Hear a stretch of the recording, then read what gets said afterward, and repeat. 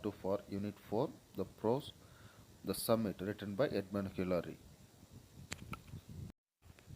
A tensing kicked steps in a long traverse back towards the ridge. And we've reached its crest, so where it forms a great snow pump at 28,000 feet. From here, the ridge narrowed to a knife edge, and as my feet were now warm, I took over the lead. Then, after accepting the request of Hillary, the Tenzing started the expedition first to reach the top of the peak and reached 28,000 feet. From there, so Hillary took lead on a knife edge trail to reach the top. Let's move to the next point. The soft snow made a route on top of the ridge both difficult and dangerous, which sometimes held my weight but often gave way suddenly. So now the Hillary that took lead. So while moving on the ice, it was so soft, it was very dangerous and difficult to cross it. Sometimes it gave way easily to move. After several hundred feet, we came to a tiny hollow and found there the two oxygen bottles left on the earlier attempt by the Evans and the Bordens. Then after that, they reached a hollow. Hollow means that is a empty place. There was no ice there. So there they found a two oxygen bottle which was left by the previous attempters, Evans and Baudelaire. I scraped the ice of the cages and was relieved to find that they still contained several hundred liters of oxygen, so enough to get us down to the South Pole if used sparingly. Then after that, so they took the two bottle of oxygen cylinder, he scratched all the ice on it, and they checked there are several hundred of oxygen in the cylinder. It was enough to reach the South Pole again if they used the cylinder sparingly. Now let's move to the next point. I continued making the trail on the top of the ridge, so leading up for the last 400 feet to the southern summit. So now, that when Hillary took the lead, and the last 400 feet he made a trail to reach the southern summit. The snow on this face was dangerous, but we persisted in our effort to beat a trail up it. But the snow was looked very dangerous, but they did not give up their effort.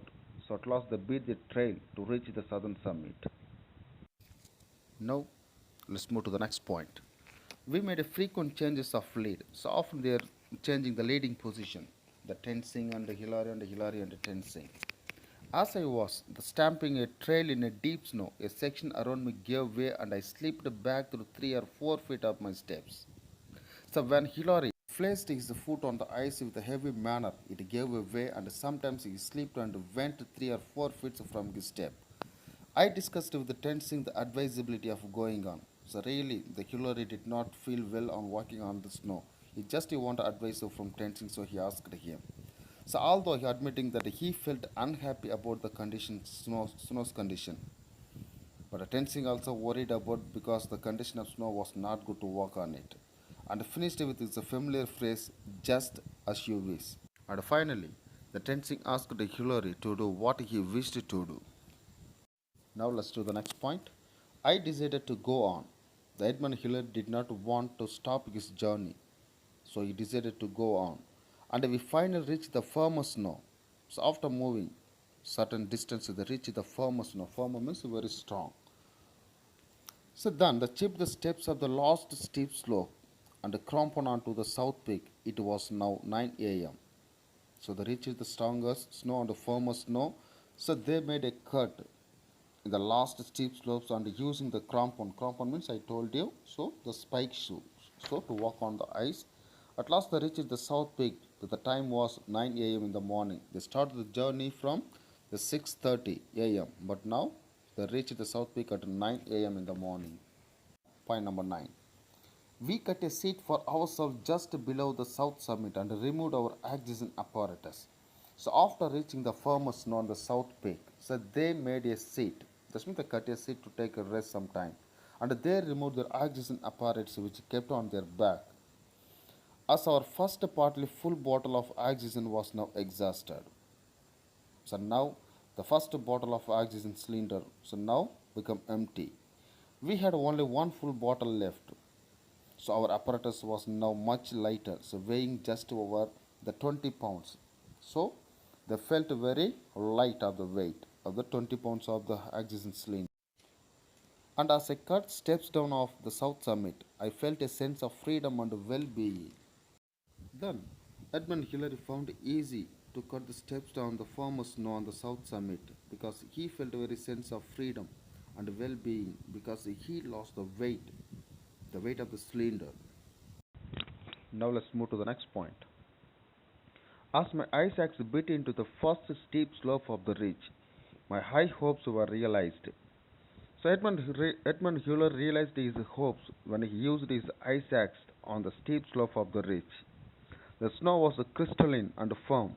The snow was so strong and crystalline that two or three blows of the ice axe produced a step large enough even for our oversized high altitude boots, and a firm thrust of the ice axe would sink in the halfway of the shaft, the giving a solid and comfortable belay. So belay means here fixed and comfortable or supporting. A shaft means a long narrow section for handle. Okay. The here the two or three blows of the ice axe made a cut to keep their huge boots to move forward. The ice was firm and strong, so it was comfortable and support to move forward. The next, we moved one at a time. So I would cut a 40-foot line of steps, the tensing belaying me while I worked. Then in turn I would sing my shaft and put a new loops of the rope around it. And the tensing protected against and breaking steps would move up to me. Then once again, as he belayed me, I would go on cutting. Here, the two could not move at a time, so they moved one by one. So while Hillary was cutting the 40-foot steps on the ice to make a trail, the tensing was supporting him by fixing the rope around him.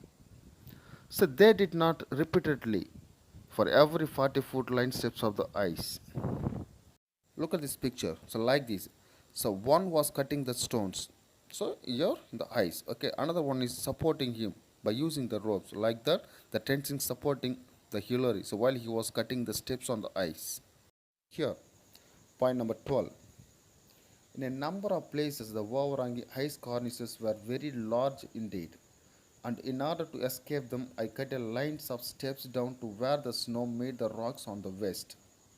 So they faced many difficulties on walking on the ice. So they faced the ice cornices. What are ice cornices? I told you.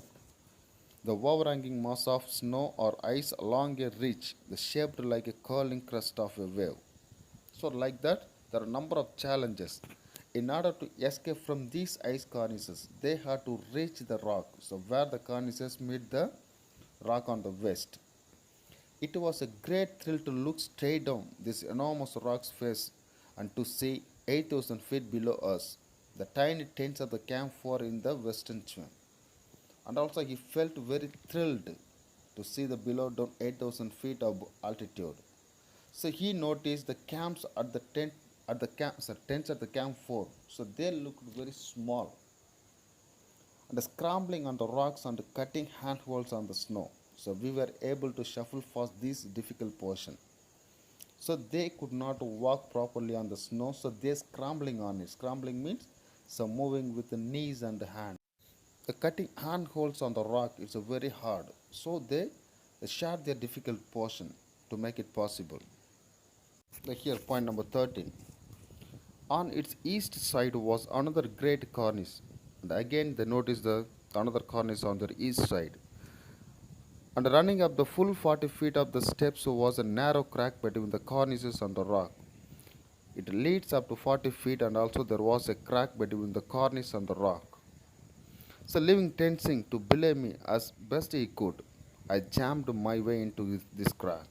Then, kicking backwards, I sank the spikes of my crampon deep into the frozen snow behind me and levered myself off the ground. Here, the Hillary tried to first to cross the crack between the cornice and the rock. The tensing supported him by using the ropes, thus means belaying. But Hillary struck into the crack. Then he kicked backward the snow by using his spike shoes, and he brought or lifted his body to the level of ground.